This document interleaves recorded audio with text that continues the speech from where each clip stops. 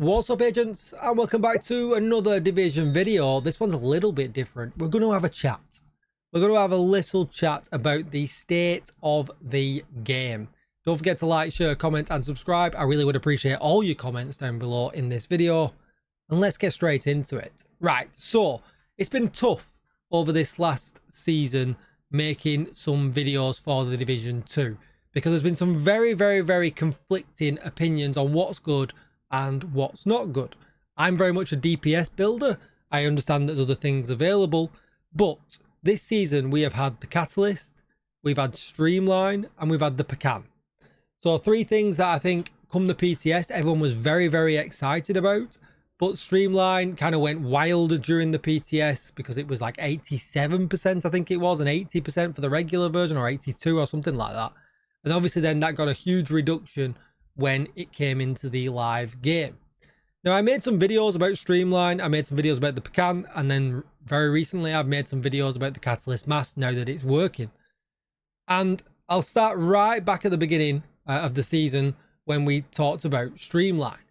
And we talked about Streamline, and it basically came into the game extremely balanced. It wasn't kind of better than anything, like when you compare it to Killer and Flatline and things like that. It came in extremely balanced because you can't use skills with it. Essentially, if you try and use skills with it, you're going to lose the damage, and you then creating downtime, which isn't great. Flatline, you have to have a pulse, or you have to use Heartbreaker.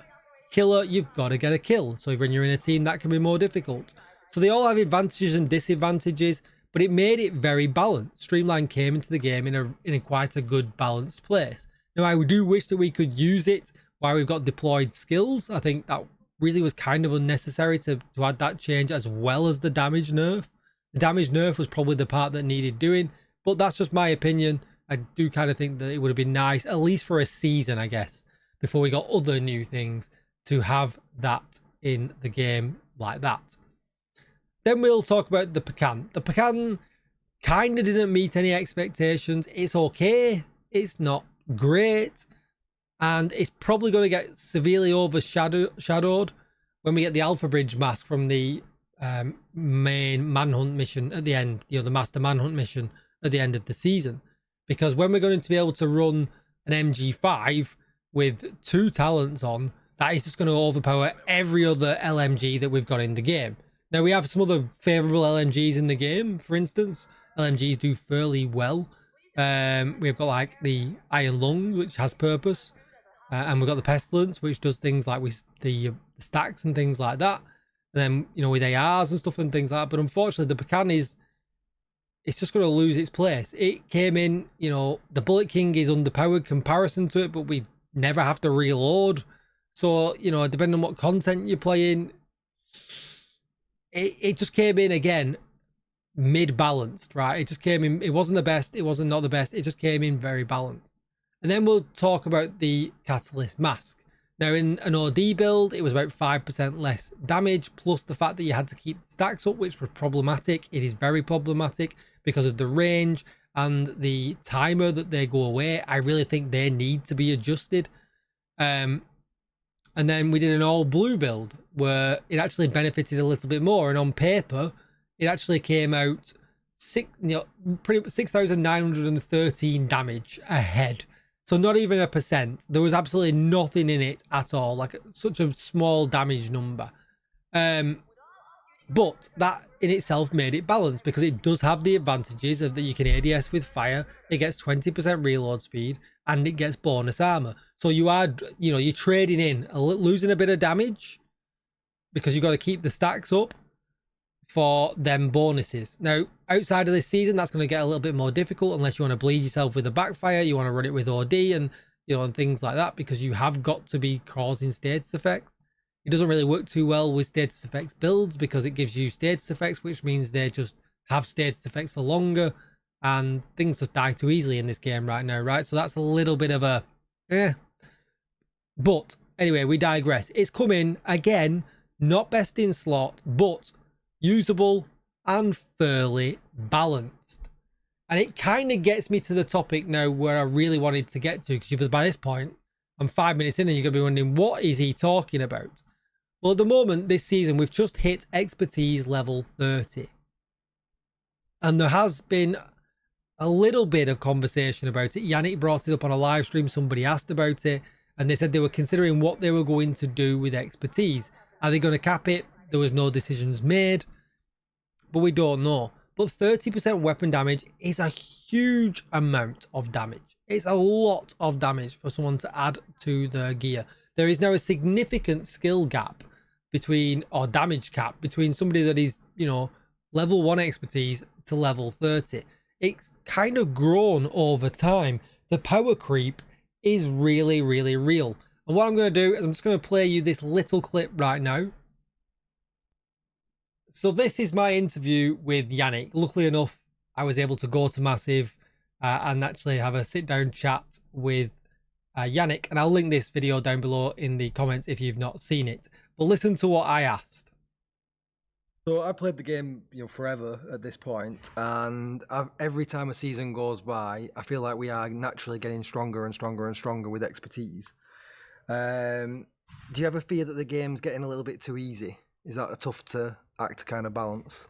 It is absolutely getting too easy. It is, for sure. I mean, power creep is a thing. So yes, we know that, but overall, the general population is getting stronger because the longer people spend on the game, the more powerful they become. But also, the people that are the most powerful can become even more powerful than that. And the game doesn't necessarily keep up. So this is an actual problematic, and this is something we want to look at and tackle. Bringing master difficulty was, for example, one way to try to bring a new type of challenge to make sure that for those that are have completely mastered the game, there is still something to look forward to. That's gonna at least pack a bit of a punch. But yes, that is a problematic we're going to start looking at, is how do we make sure that the game remains interesting for everyone. Even if you've unlocked everything in the game and mastered everything in the game, there should still be a challenge. Brilliant. So there you go. They are going to look at it and they know that the power creep is real. But that's where I kind of draw my conclusion with this season's items and why I feel like there's been such controversy around all of the new adds that we've had. Because the first time in a long time, they've actually added things extremely well balanced. We've had things all over the place previously that this season feels very, very different. It feels like they've absolutely knuckled down and they've got it right. They've got the balance for these new items right. And that's caused a bit of a rift. So, and that rift that we get in the community is like, well, it's no better than things that we've got previously. And that's right, but it gives build variety. Now, does that excite someone that's played the game like me for as long as I've played it? Not really, because I can just run what I've been running for such a long period of time, because that's what I favor. I favor doing the most damage, and that is what it is. But it does bring that build variety for maybe players who haven't played as long as what I have. So really what I wanted to kind of say is that I feel like we're going to see this for a little while longer until there's some kind of solution in the game where it can deal with the power creep.